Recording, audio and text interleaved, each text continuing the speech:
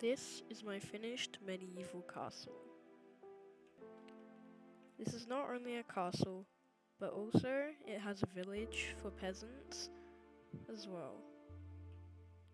In this village, there's a farm to grow crops for the king and to get food for peasants as well. The farmer lives in this house here, having some good things for a peasant. This is one of the perks of being a farmer. And unlike the farmer, peasants don't get this sort of treatment. Instead, they have a hearth, a table, a chest, and a bed made out of hay, as they cannot get any good weather. Though the peasants do get some animals that they can use as food, with water and hay in an outside area. This is the same for every peasant house, as they don't have enough money to get anything else. In the medieval periods, the main religion was Christianity, and those who weren't Christian or didn't believe in it were executed. So there's a church in the village, having area for people to come to the church. Now onto the castle. To start off, this castle has two perimeter walls. The first wall is a little bit taller and thicker, with a portcullis that allows anyone who's allied with the kingdom to come in, but not any enemies. Then there's a giant moat that goes all the way around the castle, so no enemies can get past. But there is a drawbridge to let anyone who's allowed in the kingdom to get in. After that, there's a second perimeter wall and another portcullis for extra protection. Once we get through that, there's a giant courtyard having an area for cooking, having a fireplace and furnaces. These were what was used to cook at the time, and usually there wouldn't be much meat, and any meat that was cooked would usually go to nobles and the king. There also is an area for trading for anyone to trade items between each other. Also in the courtyard, there's a small area that goes down into the armory, dungeon, and torture chamber. First, the armory. It's a small little area containing armor and weapons for any guards that need more armor. Then there are cells for any traitors or anyone who's done something wrong. And lastly, there's an area for torturing any traitors or any enemies. Then, on the side wall, there's a small staircase going up, which lets you onto the perimeter walls. When we get up, we are in a tower that's here to let us go through to the second perimeter wall and to continue along the wall. As we get further along, there's a middle tower which goes down back to the courtyard and continues to this other tower. This tower is a lot bigger and goes a little bit higher. This is because it's used for any scouts or archers who are looking for any enemies, as they should be doing. Then, once we go back down, it keeps on going along the wall over this way to the keep.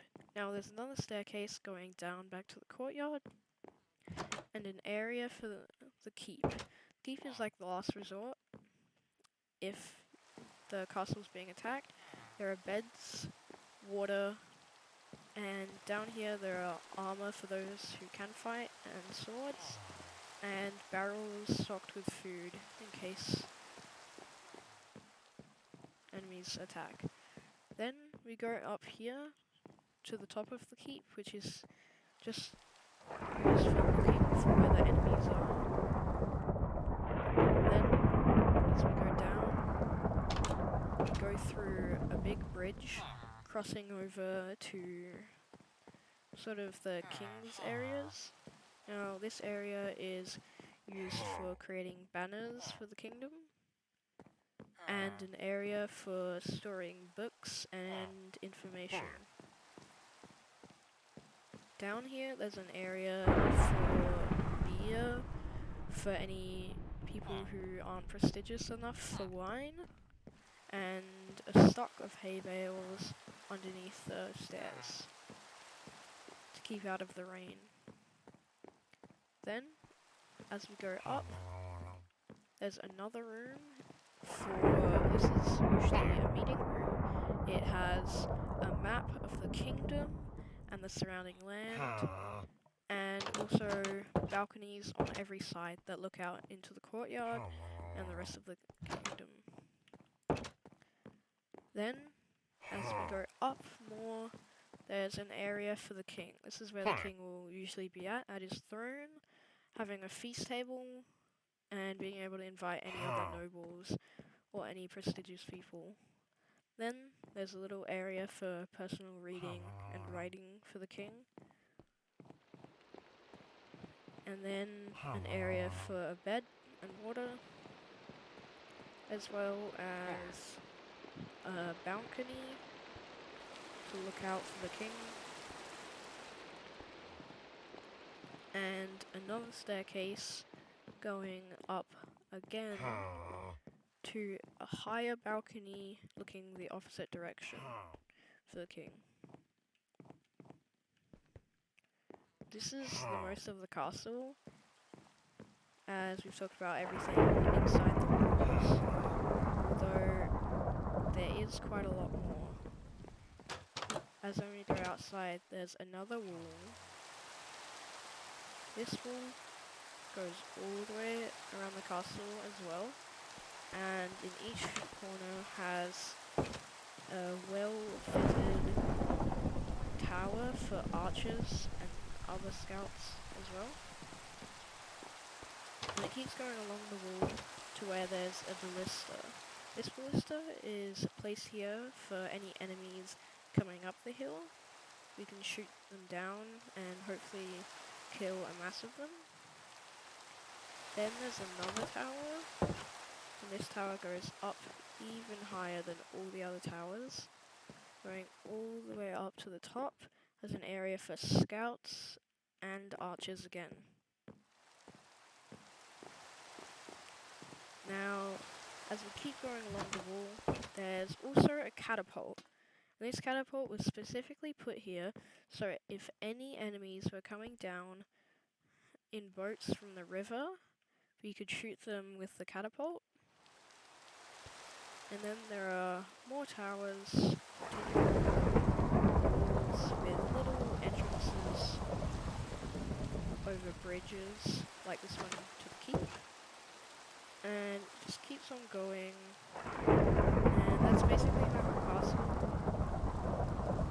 And also specifically in basically every part of the castle, with every room, there are little holes for any archers to look out and shoot enemies. So there are holes all along here. Towers have little holes. And yeah. Thank you for watching. And one last thing, there is a flag at the top of the castle to show whose castle this is.